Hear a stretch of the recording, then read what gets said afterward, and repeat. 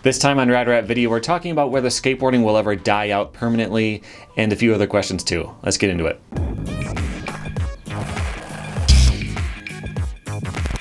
Welcome back to Rad Rat Video, a channel about skateboarding where you can learn new things or just watch me talk about skateboarding in general. I answer your questions on this series, Ask Rad Rat. I talk about new games, I review old games, all kinds of stuff in the skateboarding world. I teach tricks when I have the time for that as well. But today, I'm answering questions. Think of yours that you can submit to me at the end of it. I will tell you how to do that. First question is from Connor, who asks, is it possible to skate street with a very wide board? It kind of depends what you mean by wide and what you mean by street, but the answer is yes. So I will give you some extremes. Dave Baczynski is a very good pro skater. He skates a 7.5, which is probably the smallest board you could see, like without going into a little kid board. It's hard to even find a 7.5 these days. I used to skate that for a long time when I first started skating, because that was a common size back then. Now not so much. But you got guys like Andy Anderson, who skates it's like a 9.13, I think, is his pro model, like enormous. And yet he skates street. He does a lot of different types of stuff, but he skates street, and he'll grind on rails, and he'll do all kinds of stuff like that too. So anything that's comfortable for you will work. It may affect what tricks are easiest, like a really technical double or triple flip type of thing is going to be a lot easier on a more narrow board, but doing like a wall ride or riding on harsher stuff might be easier if your board's bigger, because you got a bigger surface to work with. But I'll tell you, I skated a 7.75 until recently. That was like my size. I bumped up from the 7.5 to 7.75, and I skated that for a long, long time. But recently, when Grind King came back, he sent me a pair of trucks, and it was like 8 1/8 wide or so, and I bought a new board to match it because I wanted to do a video showing the trucks and skating them and everything, and I didn't have a board that went with it, so I bought an 8 1/8 board, and I've been skating that, and I'm really gotten used to it now. And so the thing is, I decided to switch back to a 7.75. I took it to the skate park the other week, or last week, I think, just to try it out. And I had such a hard time skating it. Like, I tightened the trucks a little bit more like I used to skate, and it was a smaller board. And the thing about a smaller board is, like, it flips a little easier, but at what cost? Like, it's harder to land and actually roll away from stuff, because you got to land more perfect. And it seems like with a bigger board, there's more of an area to land on, obviously. And if your trucks are loose, you can land sketchier and just turn. You don't have to fumble and try to kick turn at the last second. You can land things easier on a bigger, wider board with looser trucks. But like I had trouble trying to go back to a 7.75 after going bigger, and I don't think I could permanently go back. Maybe I'd feel the same way if I tried a 9. Probably not, but maybe, So, it's fine. Anything that you're comfortable with is fine. It may make certain tricks easier or harder, but if that's what you want to do, do it. Okay, next question is from Augustine, who asks, when are you supposed to wax the spot and when the truck's board? Is there any difference? I would only ever wax a spot, like the ledge or the coping or whatever. I've never waxed my trucks before, I don't think. I mean, maybe I've tried it, but that's not really a common thing, I don't think. If you are trying nose or tail slides and you keep sticking on it, if you want to wax your nose and like the base plate or something like that, I guess that's fine. But for the most part, you're always waxing the spot and not your board.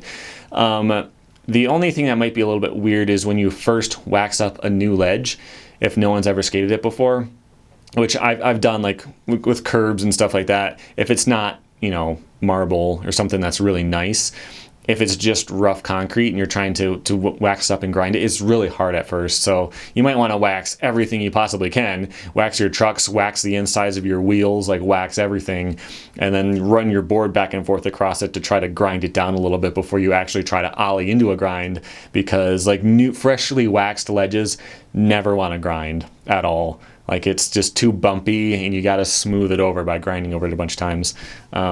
In that case, maybe, but for the most part, you don't really need to do your trucks. The next question is from Joe, Do hand touches count when doing gaps? I saw Jaws touch the ground after he melon grabbed the Leon gap, and Milton Martinez did the same on another gap. Should this count? It depends if you put weight on it. That's really all there is to it. There was a recent, one of the Trick of the Year finalists, I guess. I don't know. That hasn't been announced yet as I'm filming, but he does a nose slide down a curved handrail, and he's ducking underneath these lights and does like a big spin out. And he lands and kind of touches slightly. That stuff is fine. I think the problem is if you land and like put weight on your hands, then it's like, you know, if you land and you can do a push-up because all your weight's on your arms, that's too far. Where is that line exactly? I don't know. But I think the bigger question is like, does it really matter? You know, like who decides whether something counts or not? Is this a little over the line? There was a little bit too much weight on his hand, so therefore it doesn't count. Like, who's making that decision, and does it really matter? That may be more of an academic question, but I guess for me, if you land and you're kind of starting to get a little wobbly and you slap off the ground real quick, it's okay. It's not good style. You wouldn't prefer to do it, but it's not that big of a deal. Okay, the last question is from Luke, which, by the way, I took French in high school, and you have to pick a French name to go by during the class, and I picked Luc as my name when I was in French. Do you think skateboarding will ever die? Do you think it will ever get unpopular? I think the answer to that is definitely yes, but who knows? Who knows how long it'll take. So I was trying to look up, what did people do as sports in the 1700s? And it's different, like your average person in the 1700s was super poor and they were just trying not to starve to death all the time. And it was just what like rich people did. But it was just like various ways to make animals kill other animals. You had like cockfighting, you had like where you train your hawk to go kill other birds, and whoever's hawk did it best would win or whatever. It was like leisure activities. I don't think it was like competitive, but and then there was fox hunting. But as far as sports, that came a little later. You had like bocce ball. You've got bowling, but like in your yard, not at a bowling alley, but just like throwing a ball at some pins in your yard. That type of stuff. You could do all that stuff still now. There's somebody out there who's obsessed with bocce ball, I'm sure, but it's just not popular now, right? None of that stuff is like what you watch with the boys with a beer on a Thursday night or something like that. So at what point is skateboarding going to be that old-timey thing that your great-grandpa used to do? I don't know. So like the people who still do fox hunting or that type of stuff are like British people who are rich and they want to pretend that they're still, like they're still an earl of whatever, like that kind of guy might do fox hunting, but no one else is doing it. Like, who is that going to be in the future with skateboarding? In 300 years, who's going to be the guy who's still skateboarding? I don't know. It's kind of an interesting idea.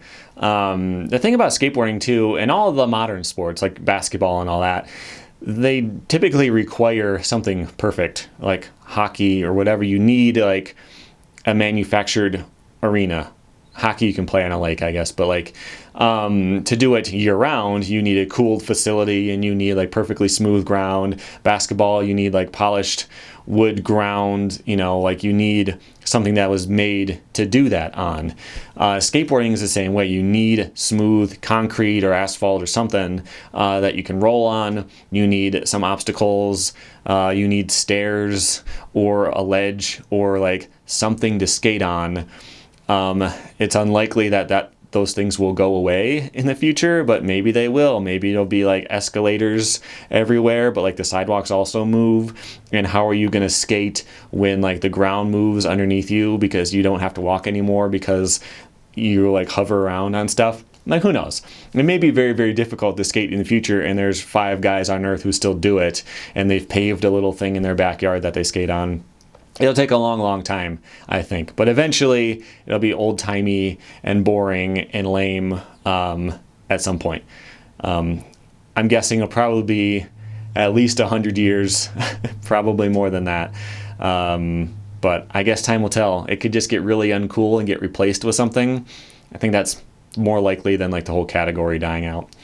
But by the way, so I was looking up sports, but I saw an interesting definition of a sport versus a game. And a sport is when, this is just one guy's opinion, but I thought it was good. A sport is when someone is actively defending against you and trying to stop you from doing the thing you're doing.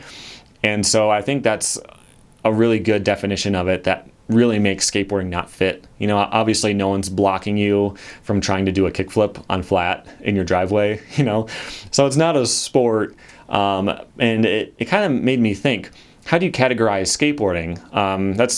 That's beside the point, but what new category is going to come out? What new thing that we haven't even thought of yet is going to be what all the kids are doing in 150 years? I don't know.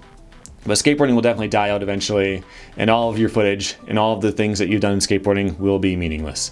So that's it for this time. If you want to ask your own question, go to radratvideo.com, fill out the form there, or just email radratvideo@gmail.com. Both go to the same place, and I will check those there.